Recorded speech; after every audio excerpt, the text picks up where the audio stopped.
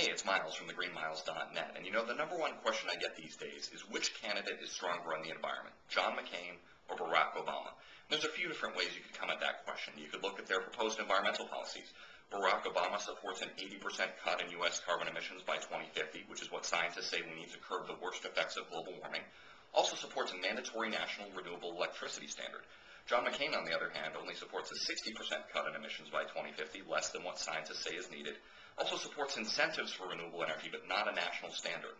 You can also look at some of their downsides. Barack Obama talks a lot about ethanol. John McCain talks a lot about big subsidies for nuclear power.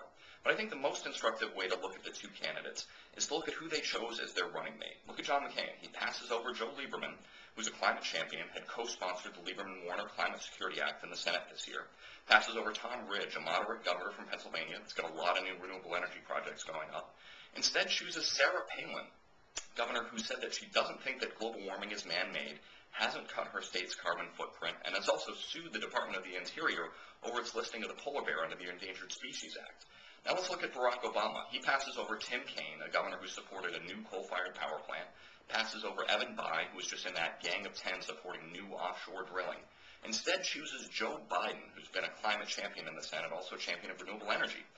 A reporter once asked Joe Biden if he could solve any one problem, what would it be? And he said, if I could wave a magic wand, it would be to solve the energy crisis, because if you solve the energy crisis, you also solve global warming. I think that says a lot about the candidates themselves.